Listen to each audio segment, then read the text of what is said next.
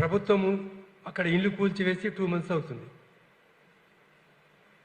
అయితే ఇక్కడికి వచ్చిన తర్వాత అర్థమవుతుంది ఏంటంటే ఆ ఇష్యూ అయిపోయింది కదా, ఇస్తుంది కదా ప్రభుత్వం కూడా మళ్ళీ ఇస్తుంది కదా, అందుకని ఎక్కువ విలేకరులు దీనిపైన అంత ఆసక్తి చూపెట్టలేదనేది ఒక విషయం తెలుస్తుంది. కానీ మిత్రులారా, సమస్య పూర్తి కాలే. ఎందుకు కాలేదంటే ప్రభుత్వం అక్కడ 729 ఇండ్లు కానీ టెంపరీ షెడ్స్ కానీ కూల్చివేసింది.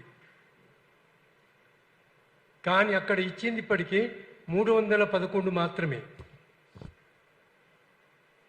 2018 డిసెంబర్ 15లో ఈ భూదాన భూమిలోకి ఫస్ట్ ఎంటర్ అయ్యారు.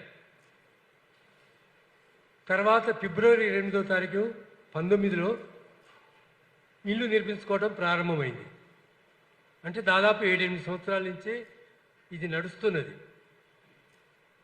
ఈ 2019లో 400 పక్కా ఇళ్ళు వేసుకున్నటువంటి వాళ్ళు కూలగొట్టిన వాటిల్లో కేవలం 90 మందికి మాత్రమే ప్రభుత్వం ఇచ్చిన దాంట్లో 311లో ఉన్నాయి.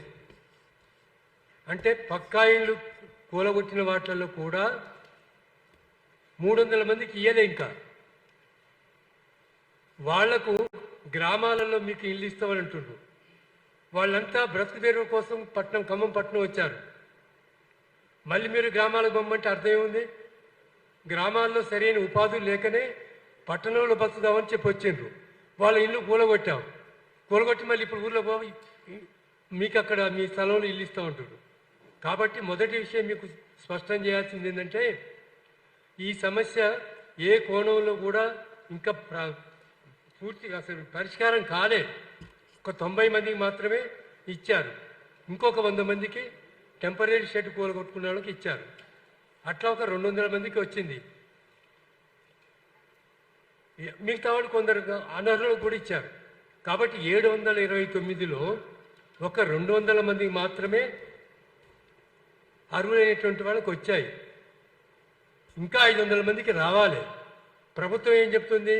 మేము 400 ఇచ్చేసినాము, మిగతా కూడా పరిశీలిస్తున్నట్టు. ఇంకో మాట ఏమంటున్నారు? వాళ్ళు అనర్హులు అంటున్నారు.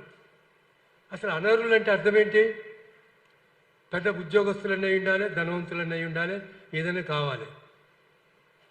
ఈనాడు పేదలలో కూడా 2 రకాలు ఉన్నారు. నిరుపేదలు ఉన్నారు, పేదలు ఉన్నారు. నిరుపేదలు అంటే వాళ్ళకి ఏమీ లేకుండా రెక్కల కష్టం, రెక్కలు ముక్కలు చేసుకొని పనిచేస్తే మాత్రమే ఇంకే ఆధారం ఉండదు.